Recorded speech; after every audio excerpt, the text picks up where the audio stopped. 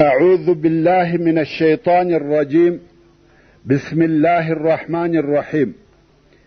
إن الحمد لله نحمده ونستعينه ونستغفره ونعوذ بالله من شرور أنفسنا وسيئات أعمالنا.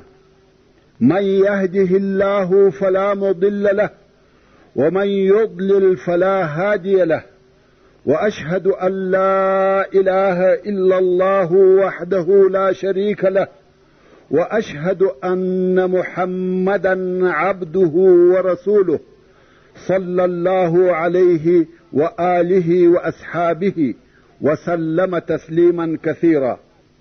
أما بعد، د سرور کائنات صلى الله عليه وسلم ژوند اوویشتمه فتح. السلام علیکم ورحمة الله وبرکاته.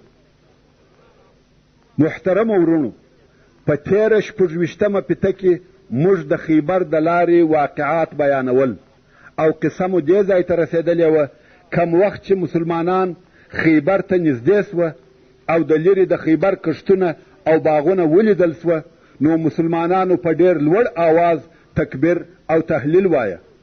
رسول الله صلی الله علیه وسلم وفرمایل پر ځان تکلیف مه تېروئ، اوازونه مو کښته کړئ، تاسې کوڼ او غائب نه بولئ بلکې تاسې اورېدونکي او نږدې ته دعا کوئ.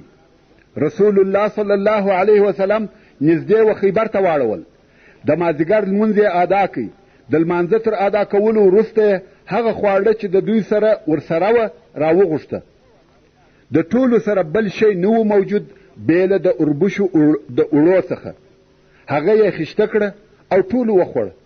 بیا یې د ماښام لمونځ ادا کړئ او بیا د ماخوستن. بیا نو په دغه شپه د خیبر پر طرف وررهي سوه او په شپه کې خیبر ته ورسېده. په هغه شپه چې مسلمانان و خیبر ته ورسېده، الله جل جلاله د خیبر پر یهودو خوب غالبه کړي. ټول بیده دي او د رسول الله صلی الله علیه وسلم پر راتګ هیڅوک نه دي خبر. رسول الله صلی الله علیه وسلم دغه شپه چې په سهار کې یې جنگ شروع کیږي دالته نږدې و خیبر ته تېره کړه. د رسول الله صلی الله علیه وسلم دا عادت و چې یو قوم ته به د شپې ورسېدی، په هغه شپه کې یې پر چا حمله نه کول، تر سهاره یې انتظار ورته کاوه. کم وخت چې سهار سو، د سهار لمونځ یې په تاریکه کې ادا کوي او مسلمانان د حملې دپاره ځانونه تیاروي. خیبر خو په خپله ټوله مضبوطې قلاوې وې، مګر کښتونه یې چې ډېر زیات او پراخه کښتونه وه ټول د قلاو پر شاوخوا وه. دغه منطقه چې پر خیبر راګرځېدلې وه ټول کښتونه او باغونه وه، خاصتا د خرما باغونه. په دغه شپو کې چې د مسلمانانو د راتګ آوازې وې، د خیبر د بزګرانو او باغوانانو دا عادت و. د مخه تر دې چې دوی کښتو ته راووځي، اول به سپاره نفر راووتل، شاوخوا بیا معلومات وکړي چې د مسلمانانو لښکر خو به نه وي راغلی، څوک خو به حمله نه راباندې کوي. که به څوک نه وه بیا به سپاره نفر بیرته ننوتل او باغوانانو ته به خبر ورکړي چې څوک نسته ورووځي. بیا به بزګران د کارو دپاره وروتل. په دغه شپه الله جل جلاله پر دوی خوب مسلطه کوي. ټول فصل المرختو راویښ سوه. عادت دا و چې سپاره نفر به تر سپېدو د مخه راوته چې معلومات وکړي او بزګران به د سپېدو سره راوته. خو په دغه ورځ ټوله تر لمرختو وروسته راویښ سوه. چې ویې کتل لمر راختلی و او د بزګرانو د خپلو کارو تلوار و. نو یې د معلومات دپاره څوک ونه لېږل، په خپله بزګران راووته چې په خپلو کښتو کې کار وکړي. کم وخت چې کښتو ته ورننوته، ناببره یې ولیده چې د مسلمانانو لښکر د کښتو تر شا پروت دی. بزګرانو نارې کړې محمد و خمیس، محمد و خمیس، یعنی محمد صلی الله علیه وسلم او لښکر یې دي. او بیا په ځغستا مخ پر قلاو رهي سوه. رسول الله صلی الله علیه وسلم چې دوی ولیده پر نارې یې کړه الله اکبر خربت خیبر، الله اکبر خربت خیبر. موږ چې د یو قوم پر مځکه واړوو د هغو سهار غمجن او د بیرې ډک سي. دا د خیبر د فتح اوله علامه او خیبر ته د مسلمانانو د رسېدلو حالت و. ځینې صحابه کرام په ډېر شوق کې وه، غوښته یې چې فورا حمله وکړي، مګر رسول الله صلی الله علیه وسلم وفرمایل صبر وکئ، جنگ داسې نه دی، د دشمن سره د مخامخ کېدو غوښتنه او ارزو مه کوئ. هو الله جل جلاله د فتح وعده در سره کړې ده، مګر بیا هم د دشمن د مخامخ کېدو غوښتنه مه کوئ، او که بیا ورسره مخامخ سواست هلته نو صبر کوئ او ثابت درېږئ. بیا نو رسول الله صلی الله علیه وسلم مسلمانان سره راټول کړه چې دعا وکړي. رسول الله صلی الله علیه وسلم په دعا شروع وکړه او ویې فرمایل اللهم رب السماوات وما اضللنا ورب الارضين وما اقللنا ورب الشياطين وما اضللنا فإنا نسألك خير هذه القرية وخير أهلها وخير ما فيها ونعوذ بك من شرها وشر أهلها وشر ما فيها. اللهم أنت ربنا وربهم ونواصينا ونواصيهم بيدك وإنما تقتلهم أنت. أول أوسنو فبسم الله در دمخصي، یعنی الهي رب د آسمانو او د هغو شیانو چې سایه یې کړې ده، رب د مځکې او د هغه شیانو چې په مځکه کې پرله اوړي، رب د شیطانانو او د هغو چې دوی ګمراه کړي دي. موږ ستا څخه د دغه کلي او د هغه د اهل او هغه چې پکښې دي خیر غواړو، او په تا سره د شر څخه د دغه کلي او د شر څخه د اهل د کلي او د شر څخه د هغه څه چې په دا کلي کې دي پناه غواړو. الهي ته زموږ او د دوی رب یې، زموږ او د دوی اختیار ستا په قدرت کې دی، او خامخا دغه د دوی وژنه ته کوې. یعنی که څه هم په ظاهره مسلمانان ورسره جنګیږي او وژني یې، مګر په حقیقت کې د دوی وژونکی الله جل جلاله دی. ځکه الله جل جلاله د سورة الانفال په 19 نمبر آیات کې فرمایي فلم تقتلوهم ولكن الله قتلهم وما رميت اذ رميت ولكن الله رمى. یعنی دغه کفار تاسې په خپل قوت سره نه دي وژلي، مګر الله جل جلاله وژلي دي، او نه دي ویشتل کړي تا ای محمد صلی الله علیه وسلم په هغه وخت کې چې په ظاهره سره تا ویشتل وکړه، لیکن الله جل جلاله دغه ویشتل وکړه. که څه هم دغه آیات شریف په بدر کې نازل سو او موږ یې هلته پوره قصه او ترجمه درته بیان کړې ده، خو دا په عمومي شکل سره د الله جل جلاله د طرفه څخه تعلیم دی. یعنی هغه چې ستاسې دشمنان وژني هغه تاسې نه یاست، بلکې الله جل جلاله یې وژني. نو ځکه رسول الله صلی الله علیه وسلم وفرمایل انما تقتلهم انت، چې د صحابه کرامو ښه یقین سي چې شکست الله جل جلاله ورکوي، نه موږ. او خیبر ته تر ننوتلو د مخه د صحابه کرامو نیت ښه صاف سي. ورونو د مخه تر دې چې د خیبر د فتح په بیان شروع وکم، اول به د خیبر جغرافیایي موقعیت یا د هغه قلاو ترتیب او جوړښت درته بیان کم چې دغه معلومات مو د جنګو او د خیبر د فتح په قصه ښه پوهوي. هغه داسې خیبر پر دوې حصې ویشل سوی دی. یوې حصې ته یې نطاط او شق ویل کیږي، او بلې حصې ته یې کتیبه ویل کیږي. یعنی د خیبر قلاوې په دوو منطقو کې جوړې سوي وې، چې یوې منطقې ته نطاط او شق ویل کېده، او دوهمې منطقې ته یې کتیبه ویل کېده. په نطاق کې 3 قلاوې دي او په شق کې 2 قلاوې دي، چې د دغه نطاط او شق په مابین کې لږ فاصله ده، او کتیبه بیا د دغه ځای څخه لرې په بله منطقه کې واقع ده. په کتیبه کې هم 3 قلاوې دي. هغه قلاوې چې په نطاط او شق کې دي په داسې نومو سره بلل کېدې. اول د ناعم قلعه، او دا هغه اوله قلعه ده. څرنګه چې دا قلعه په مخ کې ده ډېره مضبوطه او محکمه قلا وه او د هغې قلا څخه پر دشمنانو په آساني سره حمله کېده. دوهم د صعب ابن معاذ قلا چې دا بیا تر ټولو لو قلا وه چې یهودو په دغه قلا کې درنه یا ثقیله سلاح یو ځای کړې او جمع کړې وه. دریم د زبیر قلا، دغه درې قلاوې په نطاق کې واقع وې. څلورم د ابی قلا. پنځم د نزار قلا چې دغه دوې قلاوې په شق کې واقع وې. او د خیبر هغه دوهمه حصه چې کتیبه ورته ویل کېده هلته درې قلاوې وې. اول د قموس قلا چې دا د ابوالحقیق د اولادې قلا وه چې اصلا د بني النظیر یهود وه او اوس د خیبر پاچاهان دي. او د یهودو پاچا کنانه ابن ابوالحقیق او ورور یې ربیع او بل ورور یې اعلا ابن ابوالحقیق پکښې اوسېده. شاهي خاندان ټول عدالت و. دوهم د وطیح قلا. دریم د سلالم قلا. هو هلته په خیبر کې بیله دغه اتو قلاو څخه نورې کوچنۍ قلاوې هم وې، خو دغه قلاو ته په لویواله او ټینګواله کې نه رسېدې او حربي اهمیت یې نه درلودی. اوس نو رسول الله صلی الله علیه وسلم خپلې خیمې د نطاق او شق په مابین کې ودرولې.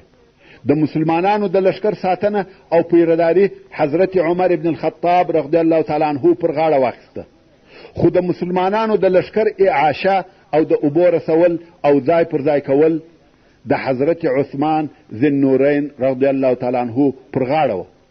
بیا نو رسول الله صلی الله علیه وسلم و یهودو ته نفر ورولېږل چې د دغه درو کارو څخه یو کار وکړي. اول دا چې مسلمانان سي، ځانونه او مالونه به مو په امان سي او د مسلمانانو سره به ژوند کوئ. دوهم یا جزیه قبوله کړئ، مسلمانانو ته به جزیه ورکوئ او د مسلمانانو د حکم تابع به یاست. بیا مو نو وطن او مالونه تاسې ته در پاته دي، ټول شیان مو خپل دي، فقط په کال کې به مسلمانانو ته جزیه ورکوئ او د مسلمانانو تر حکم به لاندې یاست. که دغه دوه شی ونه منئ دریم نو جنگ دی. نفر چې ورغله او یهودو ته دغه درې خبرې وکړې، هغو ویل لږ وروسته به جواب درکو، موږ به مشوره وکړو بیا به حال در ولېږو. نفر هم راغله ویل لږ وروسته به جواب راکړي. ناببره د قلاو دروازې خلاصې سوې او یهودو په یوه ور حمله کوونکی لشکر راویستی او پر مسلمانانو یې هجوم وروړي. دا د هغه خبرو جواب و. غادرانو یهودو جنگ شروع کړي. یهود غواړي چې په خپل ټول قوت او طاقت د خیبر څخه دفاع وکړي. څرنګه چې مسلمانان هم د جنگ دپاره تیار وه، نو د یهودو د هجوم په مقابل کې ټینګ ودرېده. څو یهود بیرته مجبوره سوه په قلا وننوتل او دروازې یې بندې کړې. نو د اولې لحظې څخه دا معلومه سوه چې یهود بې له جنګه بل څه نه غواړي.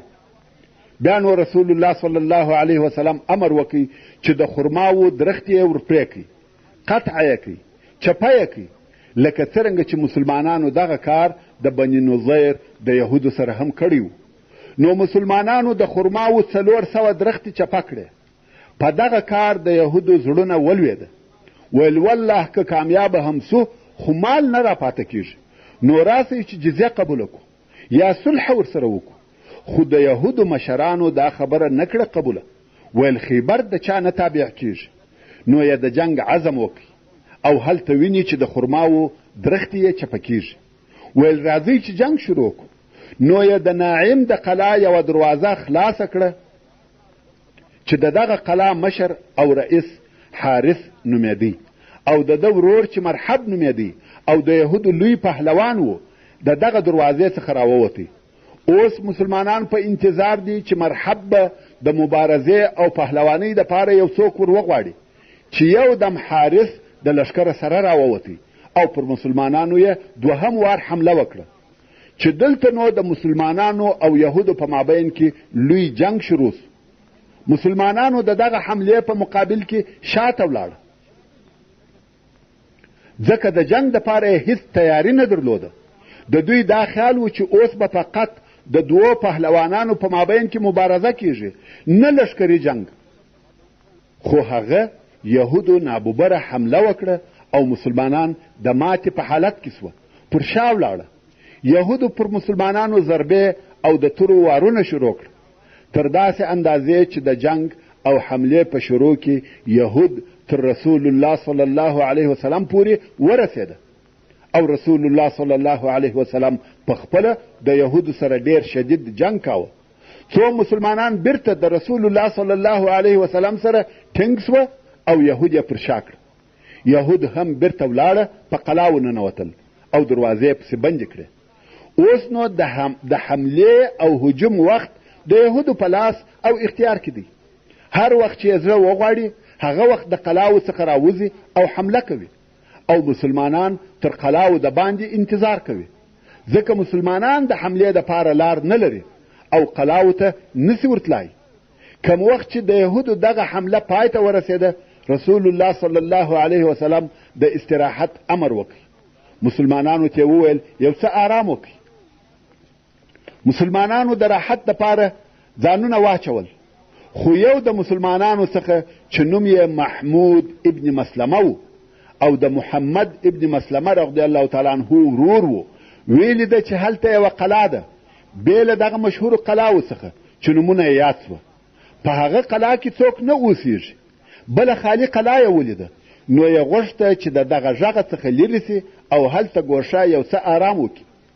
محمود ابن مسلمه رضی الله تعالی عنه ولاړی د هغه خالي قلا و دیواله ته کښېنستی، خو یهودو د هغه بلې قلا څخه ولیدی چې یو مسلمان یوازې د قلا و دیواله ته ناست دی. نو ویل څوک دغه مسلمان وژني؟ مرحب پهلوان ویل زه وژنم. نو د یوه بلې ګوښه او پټې لارې څخه ورغلی او د دغه قلا د دیواله سر ته وختی. د هغه ځای څخه یې یوه لو غټه ډبره یا د میچنې پل پر محمود ابن مسلمه رضی الله تعالی عنه راوغورځول. محمود ابن مسلمه رضی الله تعالی عنه د دغه وارې څخه ډېر شدید زخمی سو، حتی د سر پوست یې پر مخ راولوېدی، مګر په دغه وخت کې ونه وژل سو. د قلا د دیواله څخه راولاړ سو او وینې ځینې بهیږي، څو رسول الله صلی الله علیه وسلم ته ورغلی. رسول الله صلی الله علیه و آله وسلم وفرمایل د ده علاج وکړي، خو تر علاجه پورې نه ورسېدی او پس له څو لحظو څخه وفات او شهید سو، چې دا په خیبر کې د مسلمانانو اول شهید و. اوس مسلمانان غواړي چې یو څه آرام وکړي، مګر څرنګه چې د دوی ځای د نطاط او شق په مابین کې و، دلته یهودو د غشو وارونه پر شروع کړه. د شق او نطاط د دواړو طرفو څخه پر مسلمانانو غشي اوري او غشي هم مسلمانانو ته ورسیږي. مسلمانان ډېر په عذاب سوه، په ټوله ورځ یې هیڅ آرام ونه کوي، ناست دي او د ځانو څخه غشي ګرځوي. یهودو دونه ډېر غشي پر واورول چې د رسول الله صلی الله علیه وسلم مبارکه ګوته هم وویشتل سوه او زخمی سوه. حباب ابن منذر رضی الله تعالی عنه ورسول الله صلی الله علیه وسلم ته ورغلی او ویل یا رسول الله، دغه ځای چې دغه اوس موږ پر اړولي دي، آیا دا د الله جل جلاله امر دی چې دلته واړوه؟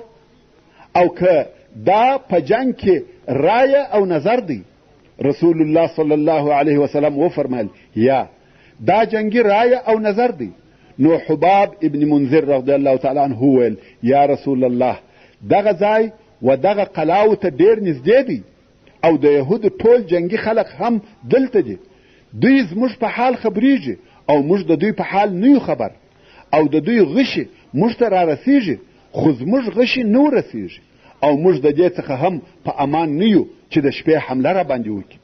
نو که امر وکړي چې یو بل داسې ځای واړوو چې د دغه ضررو څخه په امان وي او هغه ځای د ځان دپاره قرارګاه وګرځو.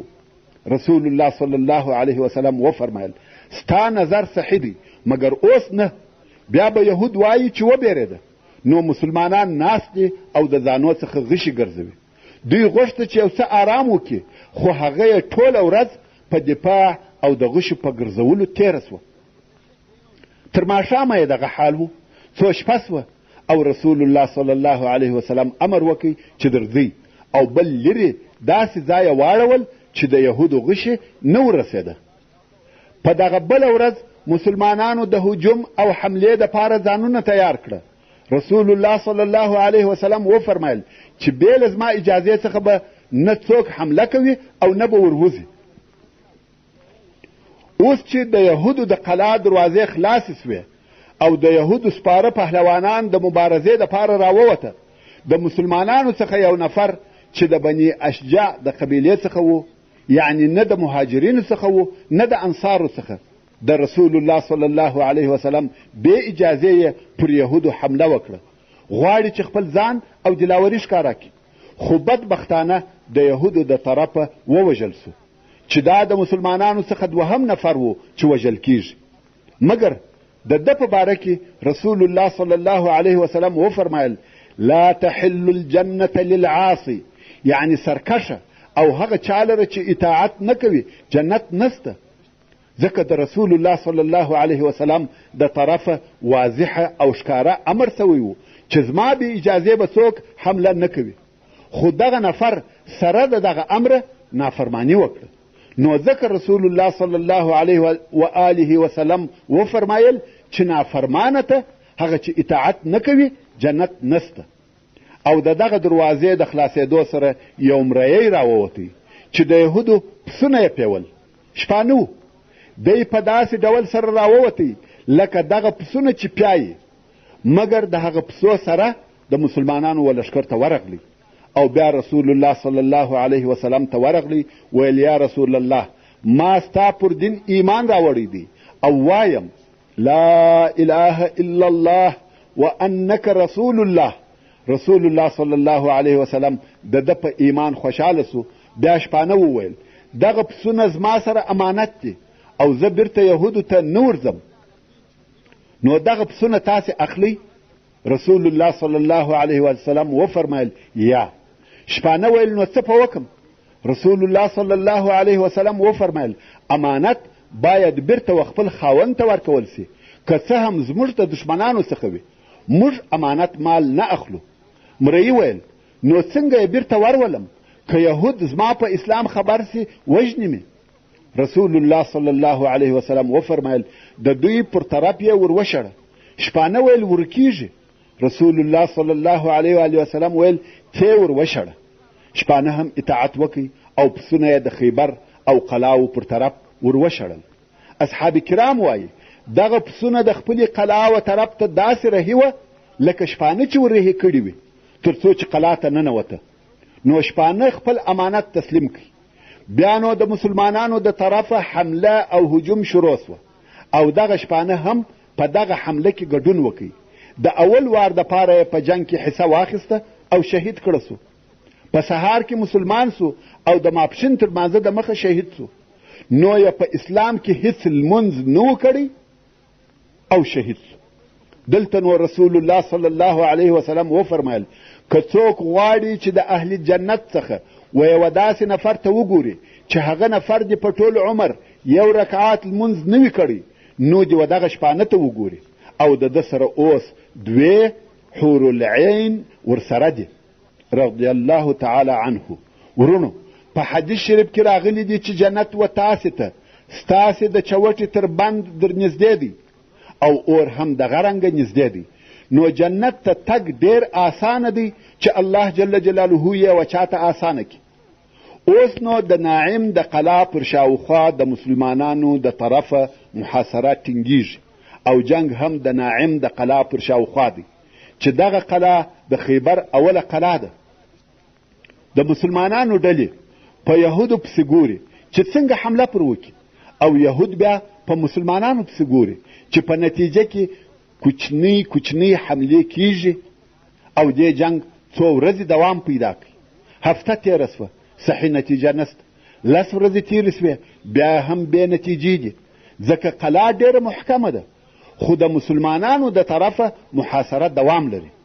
څو یوه ورځ هغه د یهودو لوی پهلوان مرحب راووتی او د مسلمانانو د طرفه پهلوان غواړي چې جنگ او مبارزه ورسره وکړي.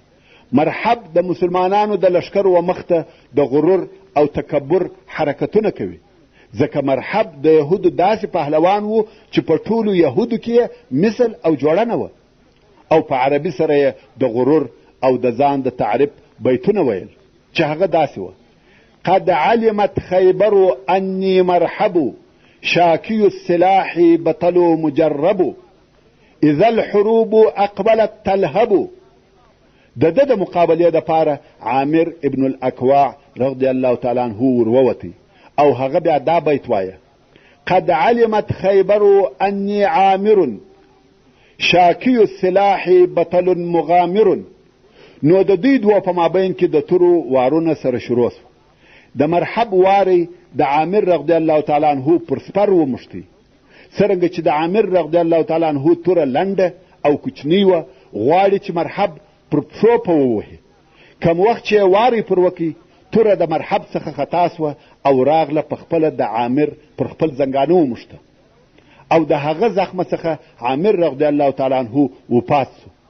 صحابه کرامو په خپل مابین کې سره وویل چې د عامر ټول عملونه عبث او بیهوده سوه، ځکه په خپله یې ځان ووژي.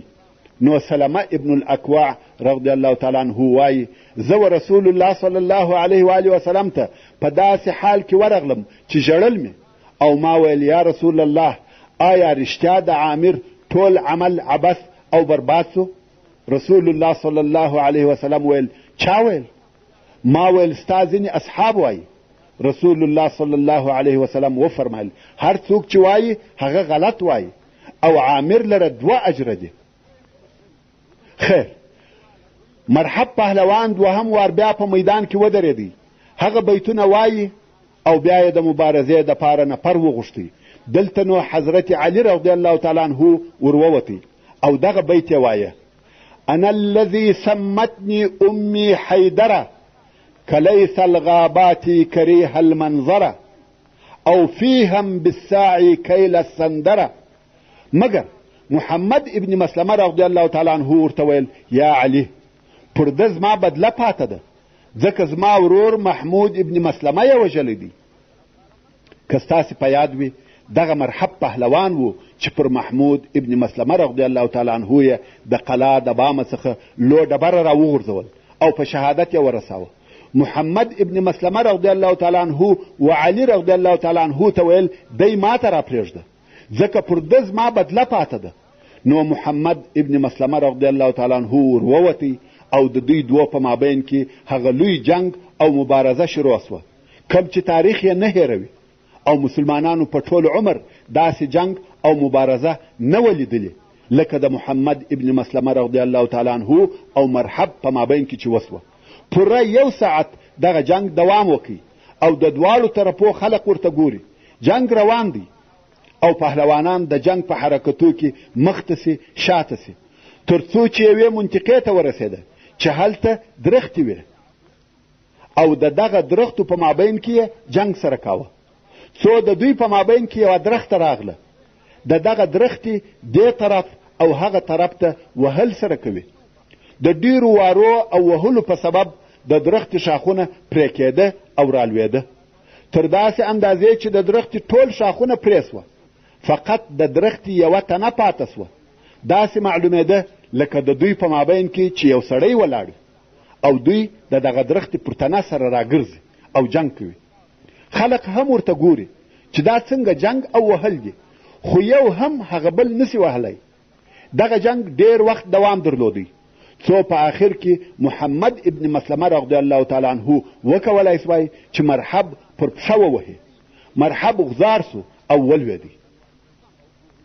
نو یې محمد ابن مسلمه رضی الله تعالی عنه ته ویل: مړ مې که، ځکه تر پښه یې وینې په وارې وهي او د حرکت نه نو ویل: مړ مې که. محمد ابن مسلمه رضی الله تعالی عنه یې دا بله پښه هم ور پرې کړه. مرحب نارې وهي: مړ مې که. محمد ابن مسلمه رضی الله تعالی عنه ویل: یا ښه دی چې تر مرګ د مخه د دردو او عذابو خوند وګورې، ته وې چې زما ورور دې وواژه. نو محمد ابن مسلمه رضی الله تعالی عنه مرحب پر دغه حال پرېښاوه او دی ځینې رهي سو. هغه نارې وهي چې مړ مې که، عذاب مه راکوه. محمد ابن مسلمه رضی الله تعالی عنه بیا ورته ویل: د مرګ د سختیو مزه واخله، او ځینې رهي سو. سړی پروت دی او وینې ځینې بهیږي، خو بیا علی رضی الله تعالی عنه ورغلی او د مرحب سر یې ور پرې کړي. د هغه سامان او د هغه اسلحه یې واخیسته او بیرته ولاړ. ورسول الله صلی الله علیه وسلم ته ورغلی او ویل یا رسول الله مرحب ما ووژي. محمد ابن مسلمه رضی الله تعالی عنه هغه چې تر 1 ساعت یې لا زیات جنگ وکړي او اصلا مرحب هغه وژلی و، اوس څنګه علی رضی الله تعالی عنه وایي چې مرحب ما ووژي؟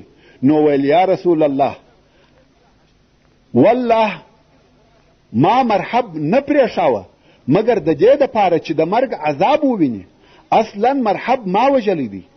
ورونو څرنګه چې مرحب د یهودو د پهلوانانو پهلوان و او د هغه وژل د هغه د قاتل دپاره ابدي او تاریخي شرف و، نو خود هر یو یې نسبت وځان ته کاوه، مګر رسول الله صلی الله علیه و آله وسلم و محمد ابن مسلمه رضی الله تعالی عنه ته وفرمایل هو ته هغه څوک یې چې مرحب دې ووژي یا محمد ابن مسلمه.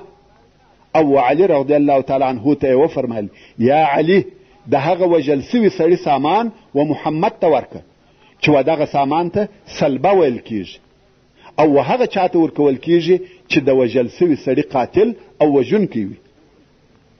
نو محمد ابن مسلمه رضی الله تعالی عنه د مرحب اسلحه او سامان واخیسته.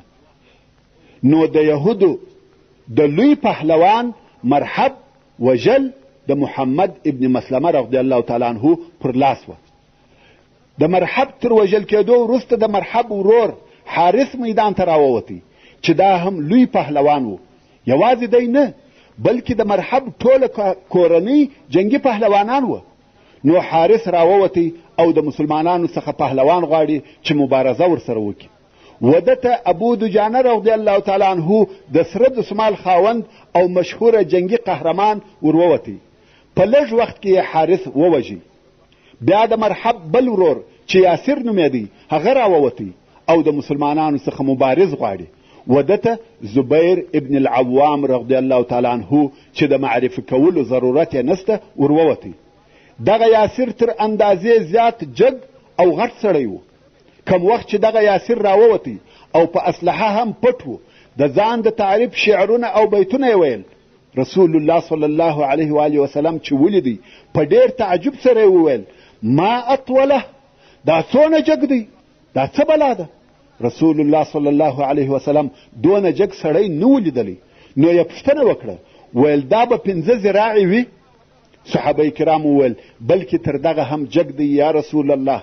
ذراع خو پیژنئ چې د هغه وخت د اندازه کولو آله وه لکه د نن ورځې متر، مګر د ذراع په اوږدوالي کې خلق اختلاف لري. څوک وایي 80 سانتي کیږي، څوک وایي 50 سانتي ده. په هر صورت دغه یاسر چې 5 ذراعه سي لږ تر لږه 2.5 متره سو. کم وخت چې دغه جګ او غټ 2.5 متره یاسر میدان ته راووتی او د مسلمانانو د طرفه زبیر ابن العوام رضی الله تعالی عنه وروزي، صفیه بنت عبدالمطلب د رسول الله صلی الله علیه و آله وسلم عمه او د زبیر رضی الله تعالی عنه مور پر خپل زوی وبېرېده.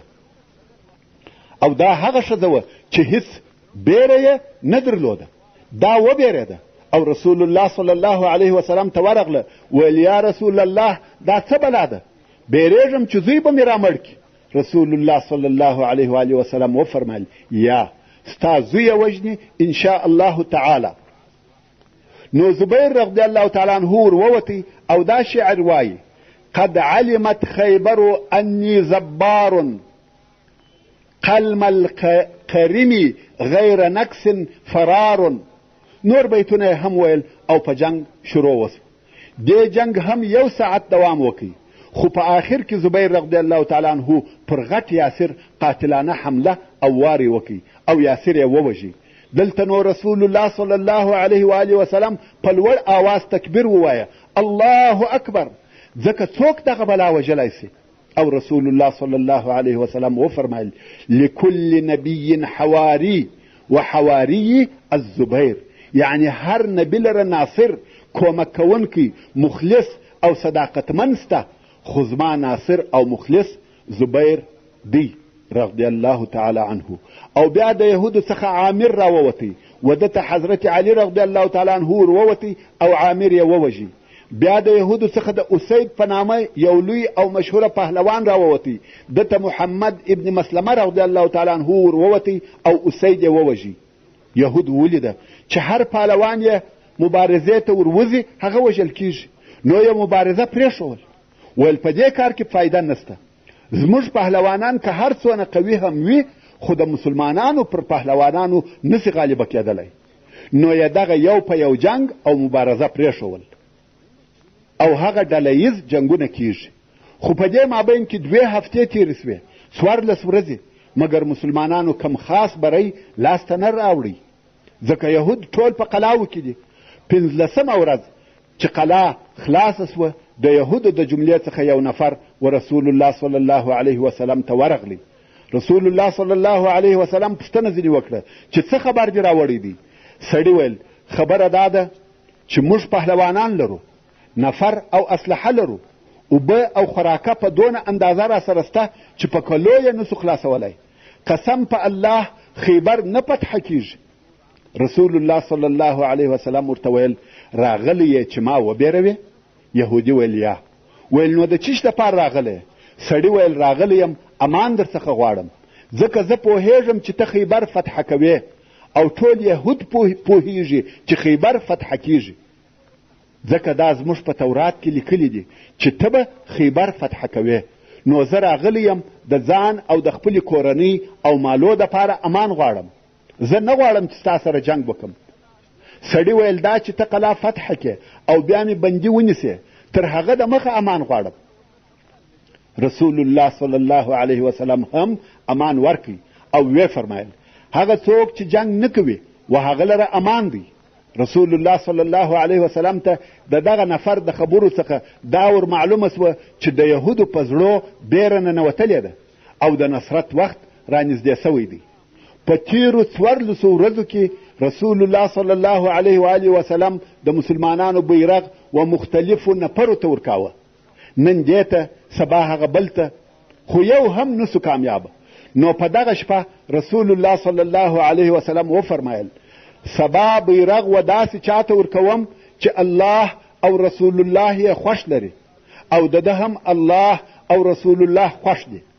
تاسې پوهیږئ چې هغه څوک چې بیرغ ورسره وي هغه د دغه لشکر امیر او قومندان هم وي. اوس نو صحابه کرام په خپل مابین کې پوښتنې سره کوي چې دا نفر به څوک وي او د خیبر فتح به د چا پر لاس وي؟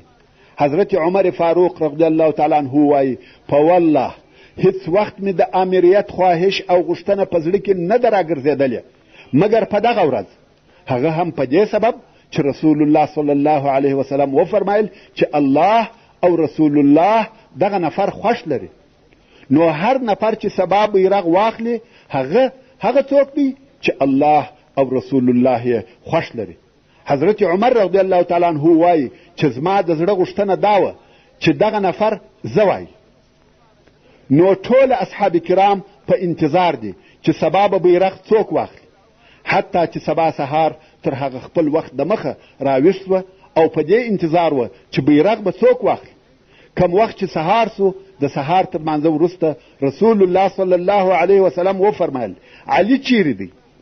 یوه د اصحاب کرامو وویل یا رسول الله د هغه سترګې خوږیږي. ویل ورسره رایوله. صحابه پسې ولاړی، حضرت علي رضی الله تعالی عنه یې راوستی. رسول الله صلی الله علیه و آله وسلم ورته ویل یا علي څه درته پیښه ده؟ هغه ویل یا رسول الله سترګې مې خوږیږي تر داسې اندازې چې والله نه دشت وینم نه شیله، نه غر وینم نه درخت، هیڅ شی نه وینم، سترګې مې پټې او بندې دي. رسول الله صلی الله علیه وسلم خپل مبارک لاس د علي رضی الله تعالی عنه پر سترګو ورتیر کړ او پر سترګو یې ورتو کړه. د علي رضی الله تعالی عنه سترګې داسې جوړې سوې لکه هیڅ تکلیف او خوښ چې نه وي ورته پېښ سوی. حتی بیا د مرګ تر وخته و علي رضی الله تعالی عنه ته د سترګو خوږ او مریضي نه سوه پېښ. کم وخت چې د علي رضی الله تعالی عنه سترګې ښې او جوړې سوې نو رسول الله صلی الله علیه وسلم د مسلمانانو بیرغ ورکړي.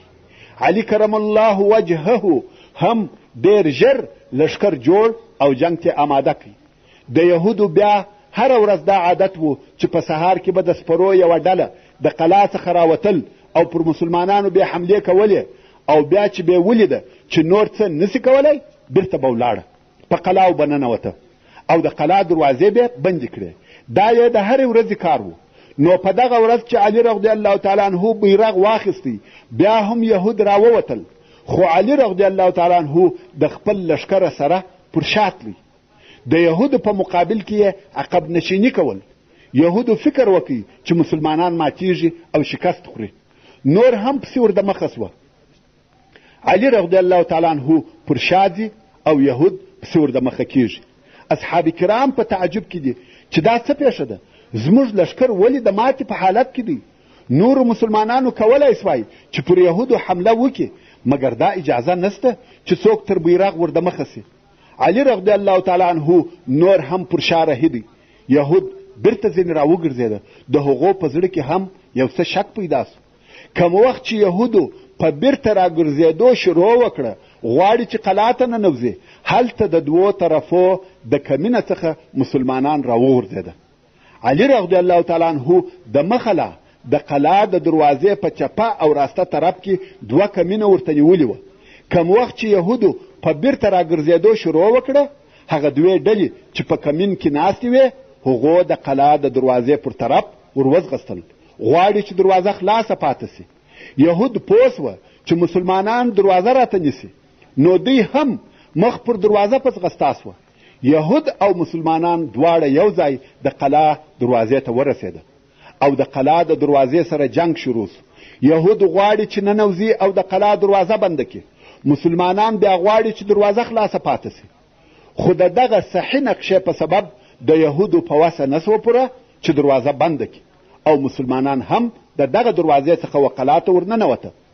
یهودو په تیښته شروع وکړه و هغه نورو قلاو ته تښتي او دغه قلا چې د ناعم قلا وه د هغه شیانو سره چې په دغه قلا کې موجود وه و مسلمانانو ته یې پرېښول. د ناعم قلا فتح سوه او د یهودو وروستنۍ قلا ته چې د صعب ابن معاذ قلا ولاړه.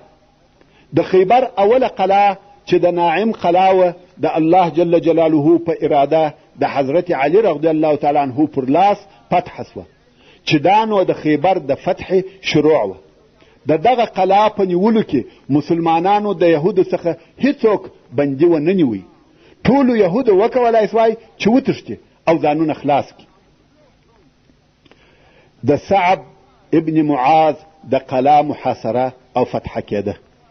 اوس نو بیا د خیبر دوهمه قلا د صعب ابن معاذ قلا د مسلمانانو د طرفه محاصره سوه او رسول الله صلی الله علیه و آله وسلم د مسلمانانو بیرغ و حباب ابن المنذر الانصاري رضی الله تعالی عنه ته ورکړي، ځکه رسول الله صلی الله علیه و آله وسلم همیشه بیرغ د یوه شخص څخه و بل شخص ته نقلاوه او په دې کار کې دوې فایدې وې. یو دا چې د رسول الله صلی الله علیه و آله وسلم د اصحاب کرامو شرف پکښې ښکاره کېدی او بل په دې کار ټوله قبیلې خوشحاله کېدې لکه اوس، خزرج او نورې قبیلې. نو ځکه بیرغ به همیشه د یوه نفره څخه و بل نفر ته نقلېدی. اوس نو هغه قلا چې مسلمانانو فتح کړه چې د ناعم قلا وه هلته خوراکي مواد ډېر نه و پراته، ځکه اصلا و دغه قلا ته خوراکي مواد د دغه بلې قلا څخه چې د صعب ابن معاذ قلا وه راتله او فقط دونه خواړه ورته راوړه کېده چې د دوی بسېده یا ګزاره یې پکېده. څرنګه چې د مسلمانانو خپل خوراکي مواد خلاص سوي وه او په دغه قلا کې هم مسلمانانو ته دونه خوراکي مواد په لاس نه ورغله چې د دوی ګزاره په وسي، نو په مسلمانانو کې لوږه شروع سوه تر داسې اندازې چې د بني اسلم قبیله دا هغه څوک دي چې په حدیبیه کې هم د رسول الله صلی الله علیه و آله وسلم سره ملګري وه او اوس په خیبر کې هم ورسره دي. دغه د بني اسلم قبیلې په مدینه منوره کې د انصارو سره ژوند کاوه. نو دغه بني اسلم و رسول الله صلی الله علیه وسلم ته په شکایت ورغله، ویل یا رسول الله لوږې په عذاب کړو. د لوږې څخه یې شکایت کاوه او د رسول الله صلی الله علیه وسلم سره هم د خوړلو دپاره شی نو موجود، پوره لښکر دی او خواړه نه لري. نو رسول الله صلی الله علیه وسلم دعا وکړه او ویل الهي ته د دوی په حال خبر یې، دا درته معلومه ده چې د دوی سره قوت او طاقت نسته او زما په لاس کې هم شی نسته چې و دوی ته ورکم. نو الهي و دوی ته هغه قلا ور فتح کې چې په هغه کې خوراکي مواد ډیر وي، خیر او برکت پکښې وي. او د یهودو بیا هغه لو قلا او هغه چې خوراکي مواد ډیر پکښې وه، هغه دغه د صعب ابن معاذ قلا وه چې دغه اوس محاصره ده. په دغه بله ورځ په سهار کې د یهودو د قلا څخه یو پهلوان راووتی چې نوم یې یوشع و او د مسلمانانو څخه د جنگ او مبارزې دپاره نفر وغوښتی. حباب ابن المنذر رضی الله تعالی عنه ورووتی او یهودي یې ډېر ژر ووژي. بیا د یهودو څخه بل نفر راووتی، دا هم غواړي چې جنگ او مبارزه وکړي. و دته د انصارو څخه یو نفر ورووتی، بیا هم یهودي ووژل سو. په دغه ورځ دغه یو په یو جنگ او مبارزه کېده. یهود د جنگ دپاره په ډله ییز ډول سره نه راووته او د قلا دروازه نسوه خلاص. څرنګه چې مسلمانان ډېر وږي وه، هلته د خیبر په شاوخوا کې د خرو یوه ګله ګرځېده. مسلمانانو دغه خره ونیول او حلال یې کړه. د خرو په پخولو یې شروع وکړه. مسلمانان وږي دي، د خوړلو دپاره شی نه لري، اوس غواړي چې خره پاخه کړي او ویې خوري. که څه هم په پخوا کې دوی د خرو غوښې نه خوړلې او دا یې عادت هم نه و، مګر اوس د ډېرې لوږې څخه مجبوره وه. او رسول الله صلی الله علیه و آله وسلم هم نه دی په خبر. خو وروسته رسول الله صلی الله علیه وسلم د لشکر د خبر او حال نیولو دپاره پر لشکر ګرځېدی. ویې لیده چې دیګونه باندې دي او په غوښو ډک دي. ویل دا څه شي دي؟ صحابه کرام ویل یا رسول الله، خره مو پیدا کړه او حلال مو کړه، غواړو چې غوښې یې وخورو. مګر رسول الله صلی الله علیه وسلم د خره د غوښو د خوړلو څخه منع کړه او د خره غوښې یې حرامې کړې. د خره غوښې په دغه وخت او دغه ځای کې حرامې سوې، یعنی د مخه یې په اسلام کې د حلال او حرام حکم نو موجود، مګر دلته یې د حراموالي حکم وسو. دا حکم د اهلي خرو په لطفا پتا واړوه، یعنی تر دغه د مخه په اسلام کې د خره د غوښو د حلالوالي او حراموالي حکم نو موجود، مګر دلته یې د حراموالي حکم وسو.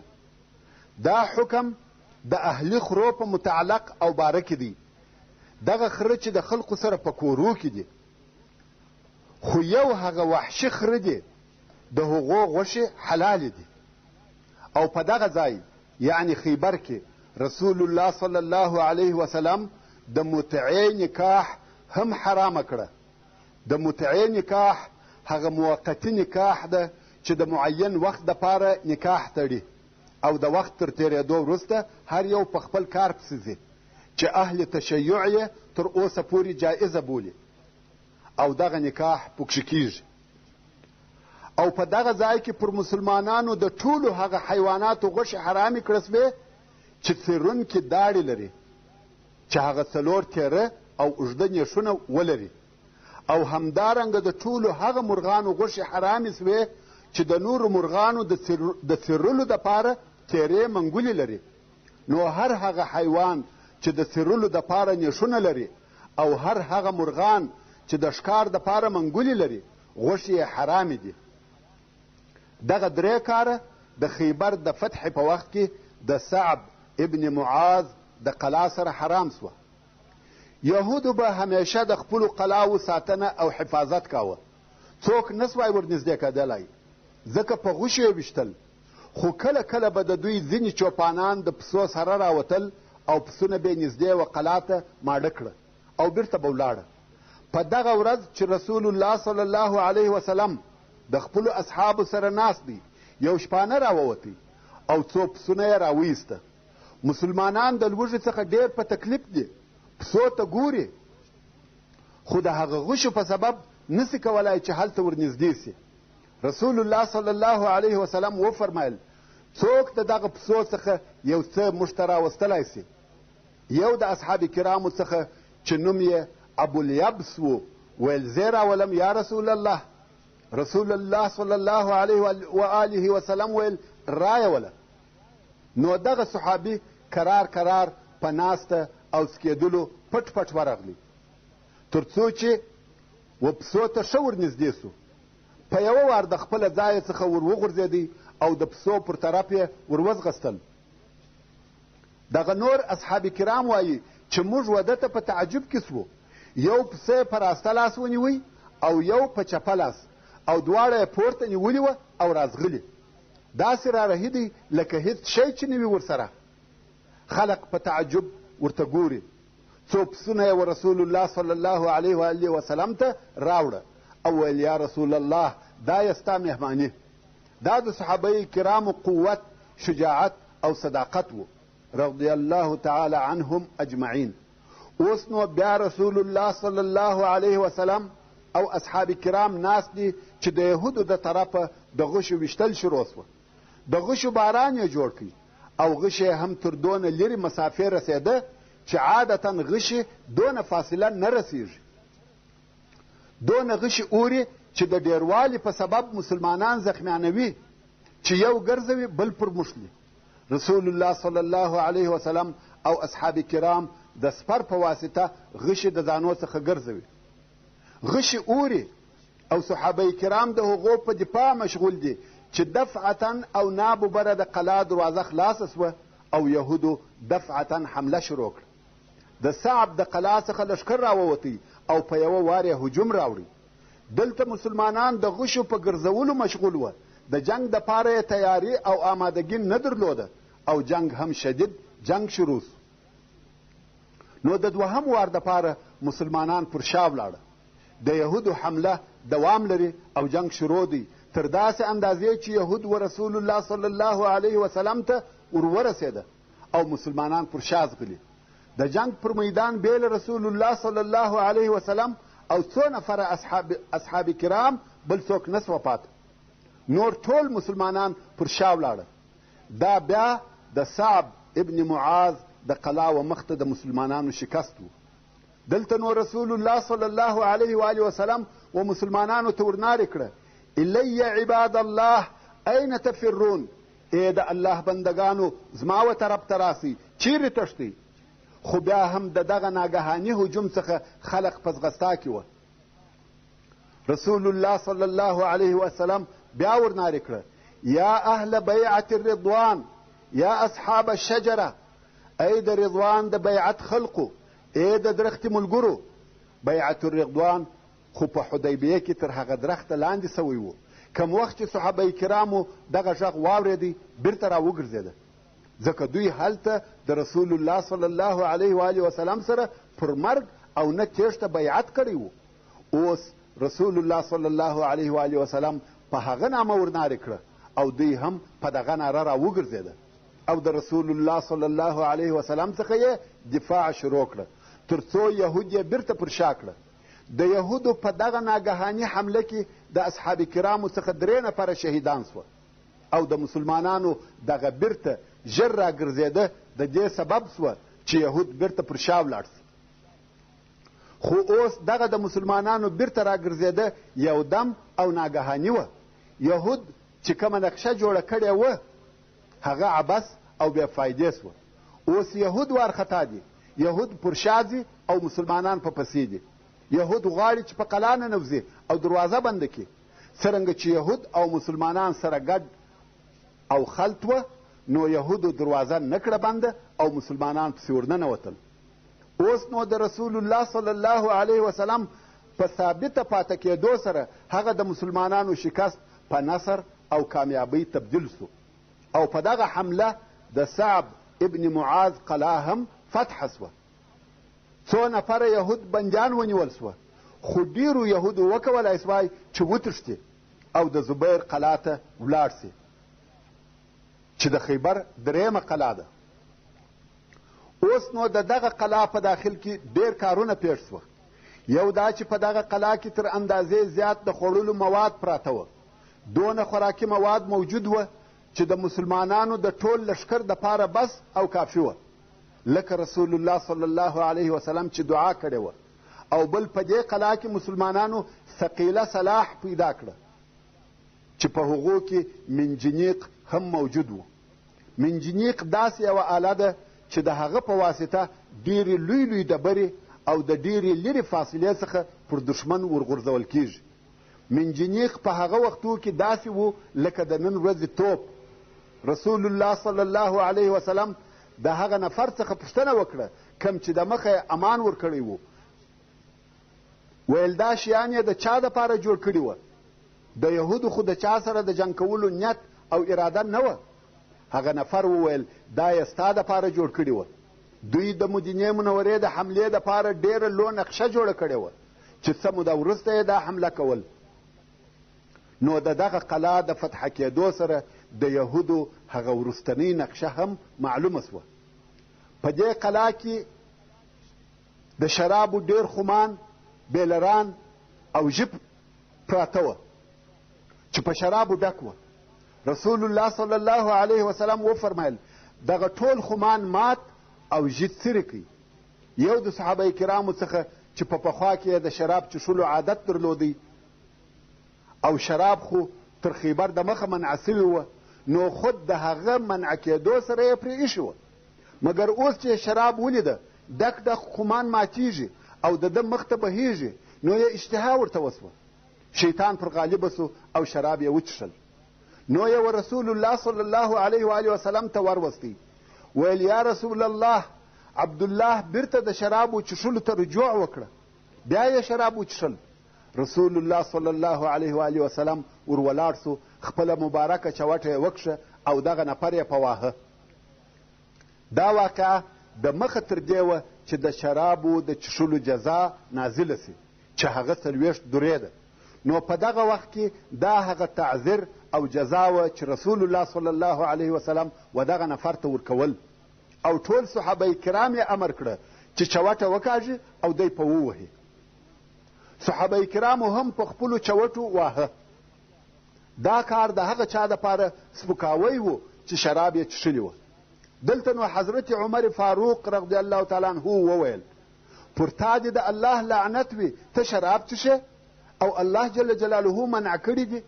رسول الله صلی الله علیه وسلم وفرمایل یا عمر لعنت مه پر وایه، دی د الله او رسول الله سره محبت لري.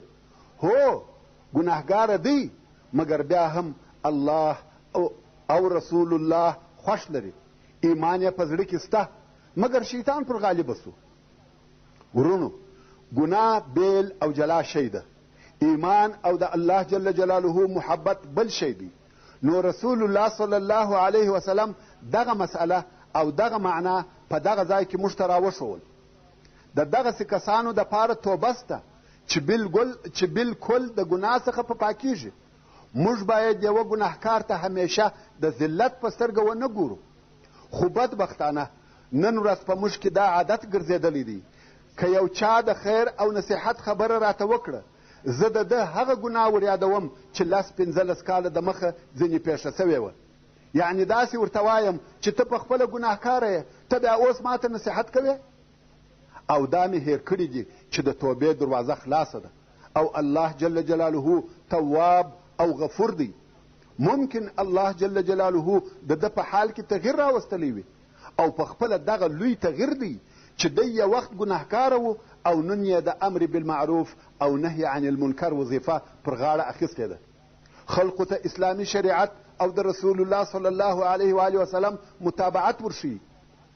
خو افسوس یې زما پر حال چې د ده حق ویل خو نه قبلوم، بلکې د تیر تاریخ پیغور هم ورکوم، لکه د ده د توبې قبلول چې زما په لاس وي. ورونو پر دغه موضوع ډېرې خبرې سته چې د هغو بیانول ځان ته جلا بحث غواړي، خو زه به خپلې قصې ته ولاړ سم. مسلمانانو د سعد ابن معاذ په دغه قلا کې یو سړی بندي ونیوی. که ګورې هغه سړی سلام ابن مشکم و چې د یهودو د پاچاهانو څخه یو پاچا و. مریض و او نیسوای کولای چې وتښتي. رسول الله صلی الله علیه وسلم د ده په وژلو امر وکړي. نو سلام ابن مشکم د سعد ابن معاذ په قلا کې ووژل سو. اوس نو د دغه دوو فتح سوو قلاو ټول یهود د نطاط د منطقې و درېیمې قلا ته چې د زبیر قلا ورته ویل کېده ولاړه. بیا نو رسول الله صلی الله علیه وسلم مسلمانان امر کړه چې د صعب ابن معاذ د قلا و بامو ته لوړ وخیږي او په لوړ آواز تکبیرونه ووایي.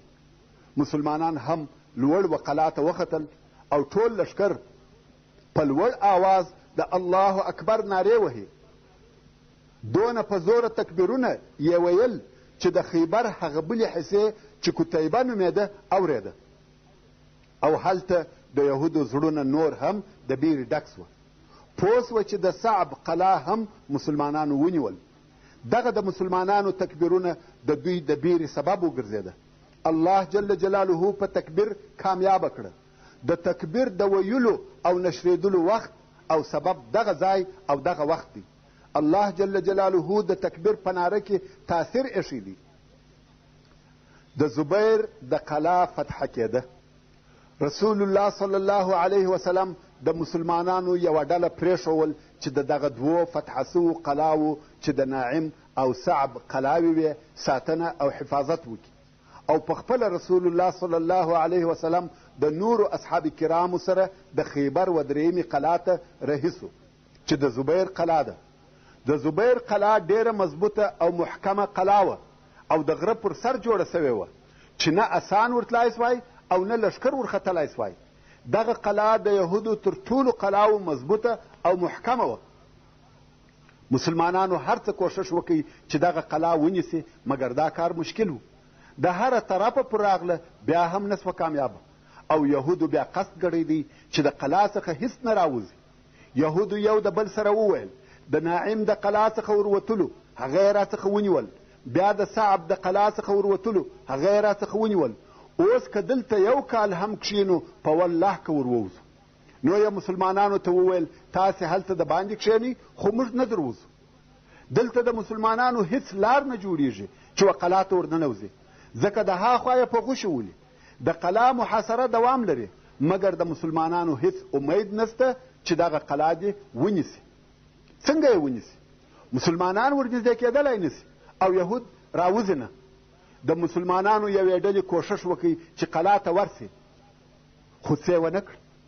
بلې ډلې کوښښ وکړي د هغو هم په وسه څه نه سوه پوره. ټول کوښښونه یې بې فایدې دي. قریبه ده چې مسلمانان ناامیده سي. څنګه او په کومه طریقه دغه قلا ونیسي؟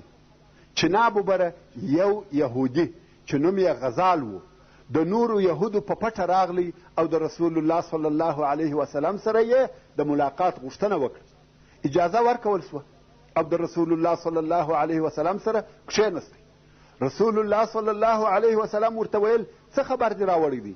غزال ویل خبره دا ده چې دغه قلا نه نیول کیږي. د هیڅ چا په وسه نه ده پوره چې دغه قلا ونیسي. قلا په خوراکي موادو ډکه ده، په خلقو او اسلحه ډکه ده، مالونه پکښې دي. رسول الله صلی الله علیه وسلم وفرمایل راغلی یې چې ما وبېروې؟ الله جل جلاله وعده را سره کړې ده چې خیبر فتح کوم. یهودي ویل زه پوهېږم او زموږ په کتابو کې راغلی دي چې ته به خیبر فتح کوې او زموږ مشکل هم دغه دی. رسول الله صلی الله علیه وسلم وفرمایل نو د څه شي دپاره راغلی؟ یهودي ویل زه به داسې لار در وښیم چې په هغه طریقه سره ته دغه قلا ونیسې مګر په دې شرط چې ما ته به امان راکوې. زما ښځه، زما اولادونه، زما اقربا او زموږ مالونه به ټول په امان یو. بیا به زه داسې لار در وښیم چې قلا فتح کې او وینیسې. رسول الله صلی الله علیه و وسلم وفرمایل موافق یم، ته او ستا کورنۍ په امان یاست. یهودي ویل یا محمد صلی الله علیه وسلم دغه قلا اوبه نه لري. په دغه قلا کې ټول شیان سته خو اوبه نه لري. ته وینې چې قلا لوړه پر غره ده نو اوبه د کومې خوا ورته راځي؟ رسول الله صلی الله علیه وسلم ویل نو دوی څه شي څښي؟ یهودي ویل دوی لاندې په غره کې لارې لري چې په پښتو نغم ورته وایي. یعنی یهودو په دغه غره کې نغمونه جوړ کړي دي چې هلته تر غره د باندې یې د چینو و منطقې ته ورباسي. نو دوی د شپې د هغه چینو څخه اوبه را اخلي او بیرته قلا ته راځي او تاسې نه په خبرېږئ. رسول الله صلی الله علیه وسلم په تعجب کې سو. ویل دا چینې او نغمونه چیرې دي؟ یهودي ویل زه به یې در وښیم. نو یې مسلمانان رهي کړه او هغه ځای یې ور وښوی چې رښتیا هم هلته دروازه ده او بیا په غره کې نغم دی چې د دغه لارې څخه یهود د اوبو وچینو ته ورځي، اوبه اخلي او بیرته ځي. صحابه کرامو دغه دروازه وتړل او دلته یې هم نفر ورته کښېنول. یهود چې راغله غواړي چې اوبه واخلي، که ګوري دروازه تړلې ده، په حیرت کې سوه چې دا څه پیښه ده. بیرته ولاړه، یو څه صبر او انتظار یې وکړي، مګر بې له اوبو کله ژوند کیږي. نو یهودو بله هیڅ لار او چاره نه درلوده، د قلا دروازه یې خلاصه کړه او پر مسلمانانو یې هجوم وروړي او ډېره شدیده حمله یې وکړه. مسلمانان هم ټینګ ورته ودرېده او پر یهودو یې حملې شروع کړې. څو د شدید جنگ په نتیجه کې یې د یهودو څخه قلا ونیول. نو د زبیر قلا هم د مسلمانانو لاس ته ورغله، چې دا د یهودو هغه ټینګه او محکمه قلا وه. دا د الله جل جلاله کومک او نصرت و چې دغه غزال نومی یهودي و مسلمانانو ته مسخره کړي او دغه لار یې ور وښول، که نه دغه قلا هیڅ نه فتحه کېده. د ابی د قلا فتحه کېده. اوس نو مسلمانان د نطاط د منطقې څخه فارغه سوه. نطاط یې ټوله ونیوی او د شق و منطقې ته ورغله او هلته یې د ابی قلا محاصره کړه، چې دا قلا بیا د یوې غونډۍ پر سر ده. رسول الله صلی الله علیه وسلم ابو دجانه رضی الله تعالی عنه امر کوي چې د دغه قلا د حملو او هجوم مشرتوب ستا پر غاړه دی. ابو دجانه رضی الله تعالی عنه هم په حملو شروع وکړه، پرله پسې حملې کوي او یهود هم د دغه حملو جواب وایي. دغه د حملو حالت څو ورځې دوام وکړي، خو په عین وخت کې مبارزه او پهلواني یعنی نفر په نفر جنګونه هم کیږي. څو یوه ورځ د یهودو د طرفه 2 پهلوانان راووته او د مسلمانانو د طرفه یې د مبارزې دپاره نفر وغوښتی، خو دغه دواړه پهلوانان د مسلمانانو د طرفه ووژل سوه. مګر هغه دوهم پهلوان چا ووژي؟ د هغه وژونکی د مسلمانانو مشهور پهلوان ابو دجانه رضی الله تعالی عنه د هغه سره دسمال خاوند و. مګر ابو دجانه رضی الله تعالی عنه د یهودو د پهلوان تر وژلو وروسته په یوه وار د قلا و دروازې ته ور وځغستل. په دغه وخت کې مسلمانان هم د ده سره په قلا ور ننوته او هلته د ننه په قلا کې ډېر تریخ جنگ شروع سو. خو په جنگ کې یهودو ماته وخوړه او په کراره د نزار و قلا ته تښتېده. په دغه قلا کې هم مسلمانانو ته ډېر غنیمتونه په لاس ورغله.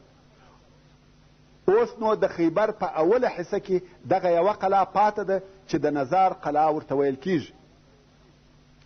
د نزار د قلا فتحه کېده. اوس نو بیا په پاته قلاو کې یا د خیبر د اولې حصې په ټولو قلاو کې د نزار قلا محکمه او مضبوطه قلا وه. د یهودو تقریبا دا یقین و چې مسلمانان که هر څونه کوشش هم وکړي دغه قلا نسي نیولی، نو ځکه خپلې ښځې او کوچنیان ټوله په دغه قلا کې سره یو ځای کړي وه. په هغه 4 د مخنیو قلاو کې د یهودو نه ښځې وې نه کوچنیان، فقط هلته جنګي نفر اوسېده. مګر دغه قلا د یهودو هغه د امان او اطمینان ځای و.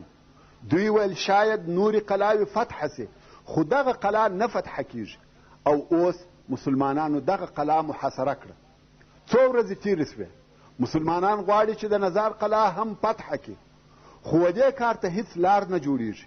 یهودو جنگ او راوتل، حملې او مبارزې ټول پرېښول، خاصتا چې په دغه قلا کې ښځې او کوچنیان هم اوسیږي، نو پر هغو هم بیریږي.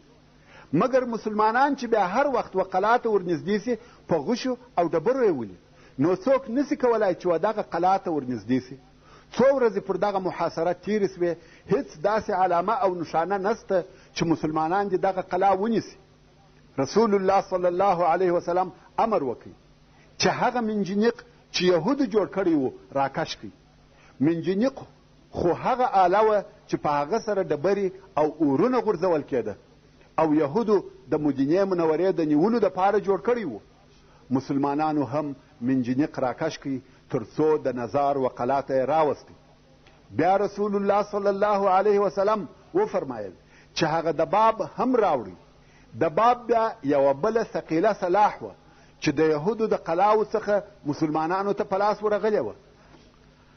او دباب داسې شی دی چې د ډېرې لوی او لوړ زینې په شکل د لرګو څخه جوړ شوی دی او پر عربو یا پایو ګرځي.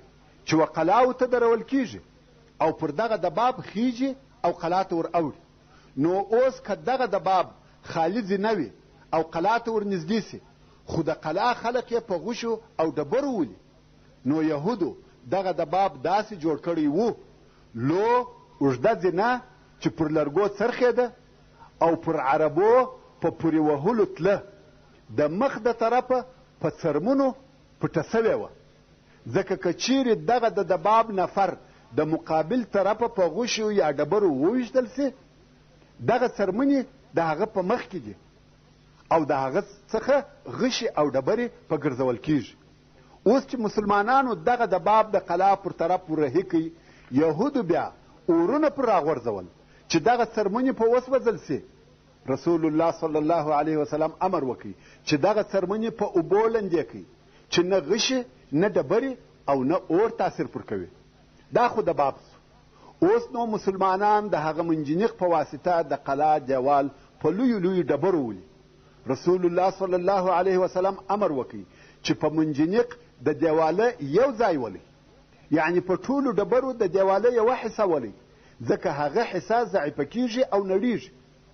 نو مسلمانانو هم د ډبرو ټول ویشتل پر یوه ځای کول د دې دپاره چې په دغه ویشتلو دیوال ونړیږي او نور مسلمانان بیا د بله طرفه پر هغه لویو زینو چې دباب ورته ویل کېده پر قلا حملې کوي او ورنږدې کیږي.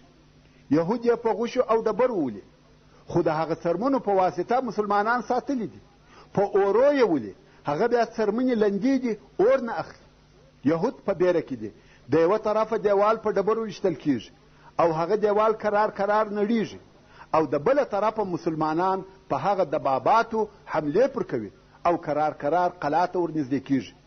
یهود بیا هم کوشش کوي چې دفاع وکړي، خو په آخر کې مسئله تر دفاع تیره سوه او د تیښتې په فکر کې سوه او هلته مسلمانانو د قلا د دیواله یو ځای ونړاوه او تر هغه ځای په قلا ورننوته.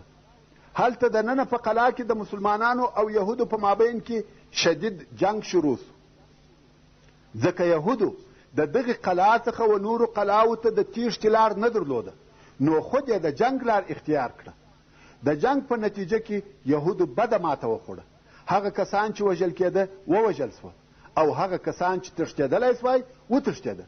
ښځې او کوچنیان یې و مسلمانانو ته ور پرېښول. د دغه قلا په فتح کولو سره د خیبر اوله نیمه حصه چې د نطاط او شق حصه وه پوره فتح سوه.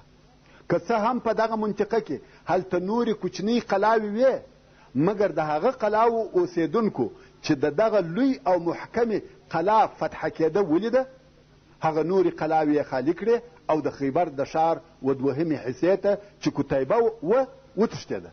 ښه، اوس خو نو د نظار قلا هم فتح سوه. د یهودو ټوله ښځې او کوچنیان مسلمانانو بندیان ونیول او په قلا کې موجود شیان ټول مسلمانانو په غنیمت واخیسته. هغه نر یهود چې وتښتېده اکثره یې د کتیبه و منطقې ته ولاړه. دلته نو رسول الله صلی الله علیه وسلم وفرمایل دا د خیبر د قلاو څخه آخري قلا ده چې جنگ پکښې وسو، یعنی پس له دې څخه یهود جنگ نه کوي. د یهودو ټوله ښځې بندیانې ونیول سوې چې بیا په وروسته کې د کنانه ابن ابي الحقیق تر وژلو وروسته د ده ښځه چې صفیه بنت حیی ابن اخطب وه هم د بندیانو په جمله کې شامله سوه او د پوره خیبر تر فتح کولو وروسته پر مسلمانانو وویشل سوې چې د دغه ښځو څخه د رسول الله صلی الله علیه وسلم حصه صفیه بنت حیی ابن اخطب وه. هغه حیی ابن اخطب چې په بني قریظه کې حلال کړه سو او قصه مو د مخه درته بیان کړې ده. دغه صفیه د کنانه ابن ابي الحقیق ښځه وه چې د خیبر پاچا و او هغه هم په وروسته کې ووژل سو او ښځه یې بندي ونیول سو. مګر د مخه تر دې چې د یهودو ښځې پر مسلمانانو وویشل سي، دحیة الکلبي رضی الله تعالی عنه و رسول الله صلی الله علیه و آله وسلم ته ورغلی، ویل یا رسول الله د بندیانو ښځو څخه یوه منځه ماته راکړه. رسول الله صلی الله علیه وسلم ورته وویل ورسه یوه واخله. دی چې ورغلی دغه صفیه د حیی لور یې واخیسته، خو بیا یوه د اصحاب کرامو څخه و رسول الله صلی الله علیه وسلم ته وویل چې یا رسول الله دغه صفیه د یوه پاچا لور او د بل پاچا ښځه ده، د بني قریظه او بني نظیر بیبي ده، او تا و دحیة الکلبي ته ورکړه. دا بې له دې څخه چې ستا منځوي د بل چا سره نه ښایي. نو یې دحیة الکلبي د دې سره راوغوښتی، هغه هم راغلی. رسول الله صلی الله علیه وسلم ورته وویل چې بې له دې څخه بله منځه واخله. څرنګه چې د صفیې درجه او مقام لوړ وه، نو رسول الله صلی الله علیه وسلم ورته وویل ته حره او آزاده یې. او دې فورا وویل اشهد ان لا اله الا الله وانک رسول الله. رسول الله صلی الله علیه وسلم په تعجب کې سو چې څنګه ژر اسلام قبول کړي. د یهودو څخه اول نفر دی چې مسلمانېږي. نو ویل څنګه ژر مسلمانه سوې؟ دې رضی الله تعالی عنها ویل کم وخت چې تا مدینې منورې ته هجرت وکړي، نو زما پلار حیی ابن اخطب او زما اکا ابو یاسر ابن اخطب در ووتل چې تا وویني. ورونو دغه قصه مې د هجرت په شروع کې مفصله درته بیان کړې ده، انشاء الله په یاد کې به مو پاته وي. نو ویل زما پلار او زما اکا ستا د لیدلو دپاره در ووتل. کم وخت چې بیرته کور ته راغله او زه کوچنی وم، خو د دوی خبرې مې اورېدې. نو مې پلار زما د اکا څخه پوښتنه وکړه چې آیا هغه دی؟ اکا مې ویل هو. بیا مې پلار ورته ویل دا هغه نبي دی چې زموږ سره په تورات کې بیان شته؟ اکا مې ویل هو. بیا مې پلار ورته ویل تا یې ټولې علامې ولیدې او ودې پېژندې؟ اکا مې ویل هو. د یهودو په رب قسم چې هغه نبي دی. پلار مې ورته ویل نو څه نیت دی؟ اکا مې ورته ویل تر څو چې ژوندی یم دښمني به ورسره کوم. نو صفیې رضی الله تعالی عنها وویل د هغه وخت څخه مې اسلام په زړه کې و. زه هغه وخت پوه سوم چې ته نبي یې، ځکه پلار او اکا مې دواړو شاهدي ادا کول چې ته نبي یې. او اوس چې موقع برابره سوه مسلمانه سوم. کم وخت چې رسول الله صلی الله علیه وسلم د دې ایمان او صداقت ولیده، نو یې په نکاح کړه او صفیه رضی الله تعالی عنها ام المؤمنین وګرځېده. خو دغه د نکاح په شپه رسول الله صلی الله علیه وسلم د دې پر مخ یوه شنه لکه ولیده. نو یې پوښتنه ځینې وکړه چې دغه شین داغ د څه شي دی؟ دې ویل یا رسول الله و خیبر ته ستا تر راتګ د مخه ما خوب لیدی لکه سپوږمۍ چې د خپله ځایه څخه ایسته سي او زما په غېږ کې ولویږي. او په والله ستا په باره کې ما هېڅ فکر نه و کړی او نه مې په یاد وې. نو ما دغه خپل خوب و خپل خاوند ته ووایه. هغه پر مخ ټینګه چپلاخه را سره کړه او ویل ته هغه پاچا غواړې چې په مدینه کې دی؟ دا د هغې چپلاخې داغ او لکه ده. خیر رسول الله صلی الله علیه وسلم دا په نکاح کړه او ام المؤمنین وګرځېده. مګر د رسول الله صلی الله علیه وسلم نورو ازواجو مطهراتو چې د دې درجه او مقام جمال او کمال لیده، نو بیا کله کله په خبرو ظاهرول. کم وخت چې بیا غوښته چې ودې رضی الله تعالی عنها ته تکلیف ورکړي، نو بیا ورنارې کړه یا بنت یهودي، یعنی ای د یهودي لورې. سبحان الله، دا د بونو طبیعت دی، بلکې د بشر طبیعت دی او بشر عاجزه دی. نو صفیه رضی الله عنها به ژړل. خو یوه ورځ رسول الله صلی الله علیه وسلم راغلی او دا رضی الله تعالی عنها ژاړي. رسول الله صلی الله علیه و آله وسلم پوښتنه ځینې وکړه چې ولې ژاړې؟ دی ویل یا رسول الله ستا ښځې و ما ته وایي د یهودي لورې. مګر حیی ابن اخطب چې د صفیې رضی الله تعالی عنها پلار و، د هارون علیه السلام د اولادې څخه و. نو رسول الله صلی الله علیه وسلم ورته وویل که بل وار دغه خبره درته وکړه، نو ته ورته ووایه پلار مې هارون علیه السلام او اکا مې موسی علیه السلام دي. آیا په تاسې کې څوک داسې پلار او اکا لري؟ بل وار چې ورته وویل سوه چې ای د یهودي لورې، دی ورته وویل پلار مې هارون او اکا مې موسی دی. په تاسې کې څوک شته چې پلار یې نبي او اکا یې نبي وي؟ نو دوی بې جوابه او پټه خوله سوې. د رسول الله صلی الله علیه وسلم په کومک صفیه رضی الله تعالی عنها غالبه سوه. دا د صفیه رضی الله تعالی عنها قصه وه. اوس به بیرته خیبر ته ولاړ سو. د خیبر د دوهمې حصې یا کتیبه فتحه کېده. بیا نو رسول الله صلی الله علیه و آله وسلم د خیبر و هغه بلې دوهمې منطقې ته چې کتیبه ورته ویل کېده ورغلی. ځکه د خیبر اوله حصه چې نطاط او شق وه ټوله فتحه سوه. اوس نو دغه بله دوهمه منطقه رسول الله صلی الله علیه وسلم او مسلمانانو محاصره کړ. رسول الله صلی الله علیه و آله وسلم وفرمایل منجنیق هم راکش کړي، ځکه منجنیق د قلاو د نیولو دپاره ډېر اهمیت لري او ډېر کار ځینې اخیستل کیږي. اوس نو دغه ټوله مسافه منجنیق کشول کیږي. مسلمان ورونو، دغه یوه شي ته ډېر متوجه سئ. په عربي کې مثل دی وایي الحکمت ضالة المؤمن، حکمت د مسلمان ورک سوی شی دی. هر چیرې چې پیدا کی منګولې پورې نسی، هر چیرې چې فن او حکمت پیدا سي مسلمان هغه اول حقداره او د دې مستحق دی چې کار ځینې واخلي او د خپل ځان په فایده یې استعمال کړي. عربو منجنیق نه پیژندی، خو کم وخت چې په لاس ورغلی فورا یې د هغه په استعمالولو شروع وکړه. نو په هر شي کې چې د مسلمانانو فایده وي هغه باید استعمال سي، حتی د هغه په استعمالولو کې ځنډ او تاخیر هم باید ونسي.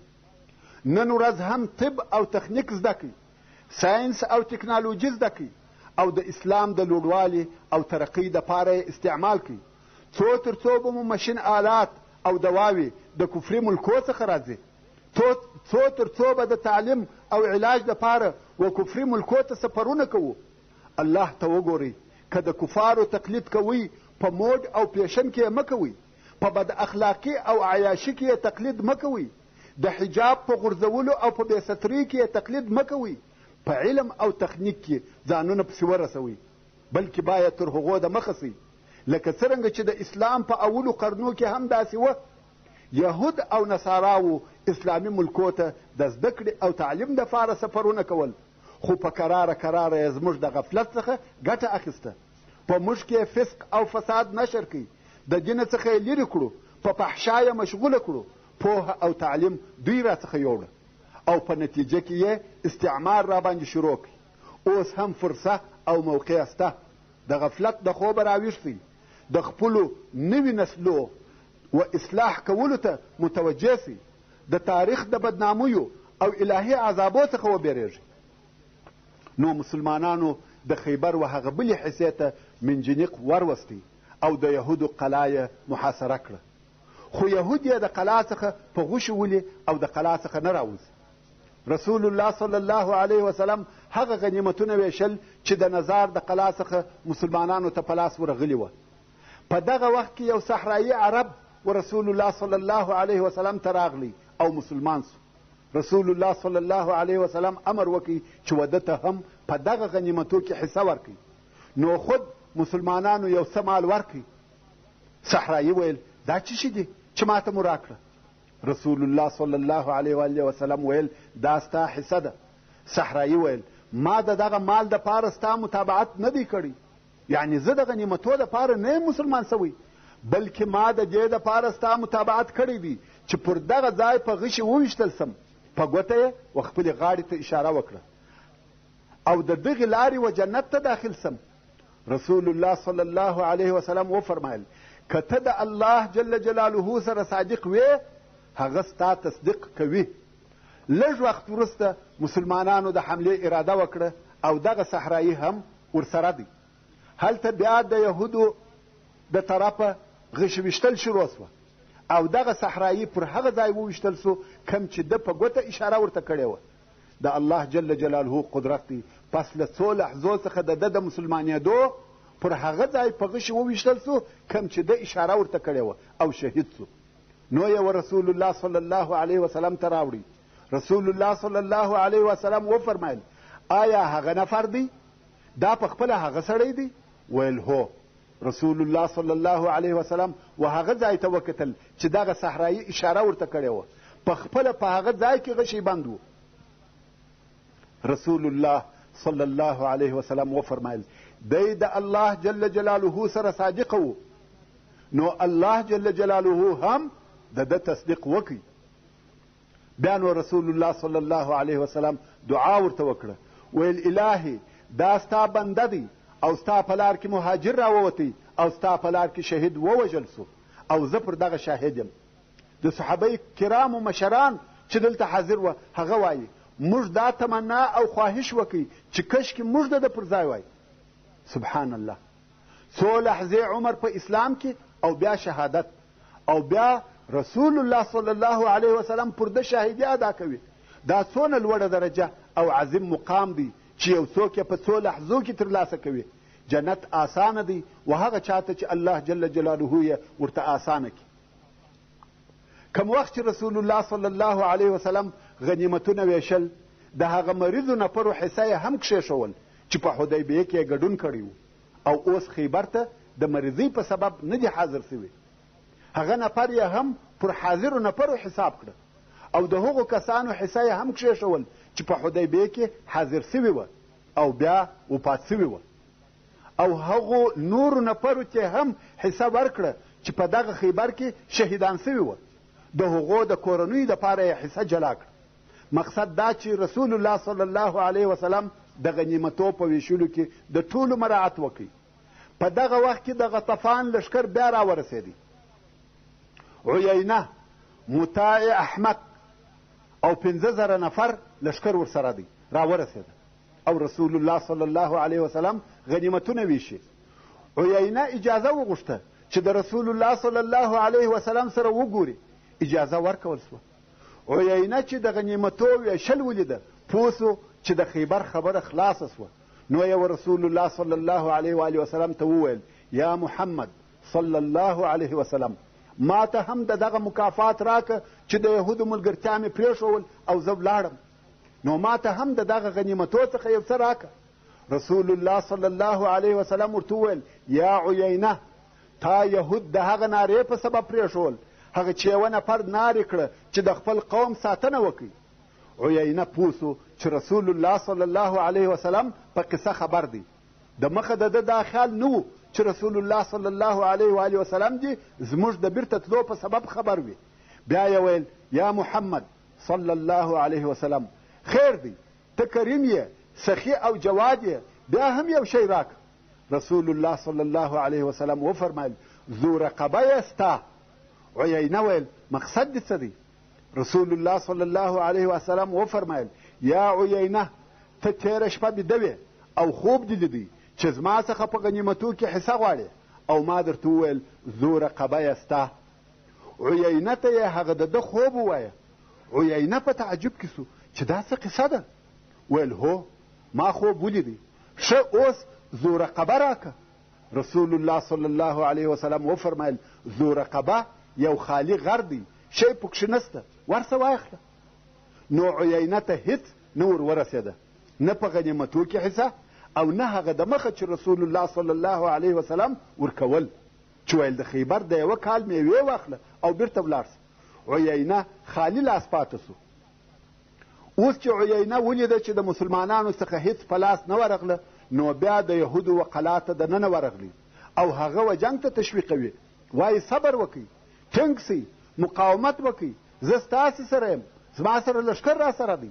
یهودو ویل ستا د لاسه و موږ ته مصیبت پیښ دی.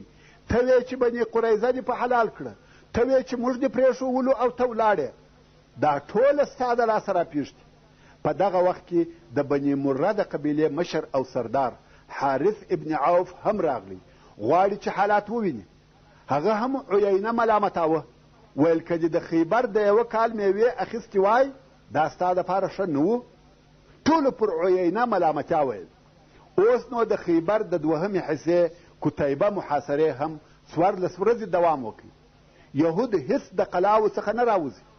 په دغه 14مه یا آخري ورځ رسول الله صلی الله علیه وسلم د دې اراده وکړه چې و دوی ته هم منجنیق ودروي. د خیبر پاچا کنانه ابن ابي الحقیق چې زړه د بیرې ډک و، یوازې دی نه بلکې ټول یهود په بیره او وارخطایي کې وه. دوی دننه په قلاو کې دي او قلاوې هم محکمه او مضبوطه قلاوې دي چې څوک نسي ورتلای. بیا هم بیره او وارخطایي پر غالبه وه. نو دغه کنانه ابن ابي الحقیق د خیبر پاچا د ده څخه لیندۍ وه، هغه چې غشی په ویشتل کېږي. ورونو غشي او لیندۍ درې شی دي. لیندۍ هغه کوږ نیم دایري لرګی دی چې دوه سره یې په یوه تناو تړلي دي چې دا لیندۍ سو، او یو تناو دی چې د لیندۍ په دوو سرو پورې تړل کېږي، او یو هم غشی دی چې په تناو کې ایښول کېږي. نو اوس کنانه د یهودو پاچا غواړي چې دغه تناو په لیندۍ پورې وتړي. هغه یې د لیندۍ په یوه سر پورې تړلی دی او غواړي چې د تناو دغه بل سر په لیندۍ پورې وتړي، مګر د ډېرې بیرې څخه ریږدي او تناو نسي تړلی. دا یې د پاچا حال و چې د بیرې او ریږدېدو په سبب تناو په لیندۍ پورې نسي تړلی، جنګ به څنګه کوي؟ نو یې د تسلیمېدو نیت وکړي او د دغه کار دپاره یې د یهودو نور مشران راوغوښته چې مشوره ورسره وکړي. مشران راغله، ده ویل د مسلمانانو سره به صلح وکړو، هغو هم قبوله کړه. نو کنانه ابن ابوالحقیق و رسول الله صلی الله علیه وسلم ته حال ولېږي چې زه د خبرو دپاره درکښته کېږم. رسول الله صلی الله علیه وسلم د ده غوښتنه قبوله کړه او دی ورغلی. اوس پر صلح خبرې ورسره کوي. یهود غواړي چې د خپل تسلیمېدو دپاره شرطونه کښېږدي، د ځان دپاره امتیازات غواړي. رسول الله صلی الله علیه وسلم نه شرطونه قبلوي نه امتیازات ورکوي. بیا یې ویل جزیه به درکوو. رسول الله صلی الله علیه وسلم ویل اوس چې جنگ وسو د جزیې خبرې نسته، جزیه د مخه تر جنگ وه، اوس صلح ده او پر هر شي چې اتفاق در سره کوم هغه زما اختیار دی. خبرې ډېرې وسوې خو په آخر کې و اتفاق ته ورسېده چې هغه داسې و. اول، هر هغه څوک چې په قلاو کې دي هغه به نه وژل کېږي او د هغو اولادونه به ورکول کېږي. دوهم، یهود به ټوله د خپلو اولادو سره د خیبره څخه وځي. دریم، خپله اسلحه او مالونه به ټول پرېږدي، خاصتا سره او سپین زر به ټول پرېږدي، چې دغه شرط د یهودو دپاره تر ټولو شرطو سخت او مشکل و چې سره او سپین زر به هیڅ نه وړي، یعنې بې له اسلحې او زرو څخه کم شی چې ورسره وړلی سي یودی سي. چې د صلح د شرطو خلاصه داسې ده، د خیبر ټول یهود به خیبر پرېږدي، حتی په جزیرة العرب کې به نه اوسېږي بلکې شام ته به فراره کېږي. زر او اسلحه به نه وړي او د دې په مقابل کې به رسول الله صلی الله علیه وسلم څوک نه وژني او اولادونه به ور ایله کوي. خو دغه یو بل شرط یې هم پر یهودو کښېښاوه چې د خپلو خزانو څخه به هیڅ شی نه پټوي، یعنې داسې نه چې سپین او سره زر پټ کړي بلکې ښکاره کوي به. او که بیا چیرې د سرو یا سپینو زرو یوه ټوټه پیدا سي بیا نو هیڅ اتفاق نسته، یعنې یهود ټول وژل کېږي، نقد مال به نه پټوي. رسول الله صلی الله علیه وسلم دغه شدید شرط په دې سبب پر یهودو کښېښوی چې یهود سره او سپین زر پټ نه کړي، ځکه ممکنه وه چې یهود زر پټ کړي او د رسول الله صلی الله علیه وسلم دا اراده وه چې یهود باید خپله دارایي ټوله تسلیم کړي. اوس نو یهودو قلاوې خلاصې کړې، اسلحې یې تسلیم کړې، سره او سپین زر یې تسلیم کړه او ځانونه د فراره کېدو دپاره تیاروي. کم شیان چې مسلمانانو په دغه قلاو کې په غنیمت واخیسته هغه 1000 نیزې، 400 تورې، 500 لیندۍ او ټول هغه غشي چې موجود وه، دا بې له سرو او سپینو زرو، او 40 زره د خرما یا کجور درختې. دا ټول شیان یوازې د کتیبه څخه وه، دا بې له هغه شیانو څخه وه چې مسلمانانو په نطاط او شک کې اخیستې وه. دغه مالو ته فکر وکړه چې مسلمانانو ته په خیبر کې ورسېده. پر دې ټولو سربیره چې د خیبر په قلاو کې مسلمانانو ته په لاس ورغله یو هم د تورات ډېرې پخوانۍ نسخې وې، مګر یهودو و رسول الله صلی الله علیه وسلم ته وویل یا محمد صلی الله علیه وسلم دا زموږ مقدس کتابونه دي، دا بیرته موږ ته راکړه. که څه هم د رسول الله صلی الله علیه و آله وسلم په وسه پوره وه چې دغه کتابونه څیرې کړي یا یې وسوځي، ځکه دغه کتابونه تر صلح د مخه د خیبر په اولو قلاو کې په لاس ورغلي وه. مګر رسول الله صلی الله علیه وسلم محترمو ورونو، څرنګه چې پته پای ته ورسېده، زموږ پاته قصه به په راتلونکې 28مه پته کې واورئ ان شاء الله تعالی. وما توفيقي إلا بالله وهو السميع العليم، وصلى الله تعالى على خير خلقه محمد وآله وأصحابه وأهل بيته أجمعين، والسلام عليكم ورحمة الله وبركاته. سبحان ربك رب العزة عما يصفون